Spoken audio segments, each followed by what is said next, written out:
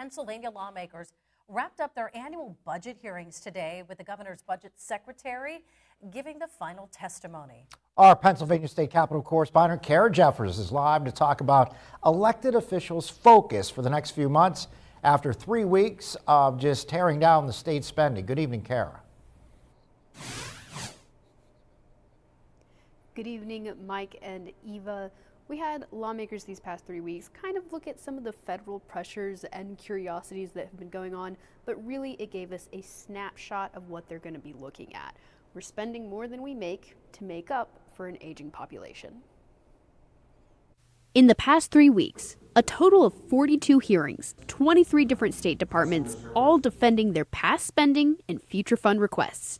Governor Josh Shapiro proposed a $51.2 billion budget this year. A lot of the secretaries have not even been involved in some of those discussions. In these hearings, some agencies came with different spend requests from what's in Shapiro's budget, like community colleges or the Attorney General's office. You do scratch your head at times and wonder, why are they putting money here and not money there?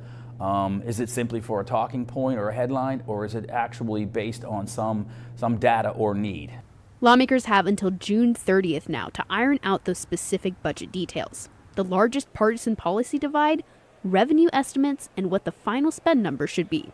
And what we've seen over the last couple of years is that we have outperformed all of our projections. I think the last 5 of the last 6 years. Shapiro's budget includes almost $1 billion in new revenue from policy like adult use cannabis and regulated skill games that aren't actual law yet. Assuming the policies pass the General Assembly, Shapiro's budget spends $4 billion more than what the state makes in revenue.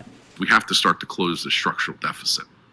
I don't think we can do it all in 1 year. Pennsylvania has $10 billion in one-time funds to cover that difference. Around $8 billion specifically set aside for an emergency account. Budget Secretary Yuri Monson says spending now will lead to increased revenues to close those structural gaps in the future. When you have nearly $8 billion in a rainy day fund, and it's raining.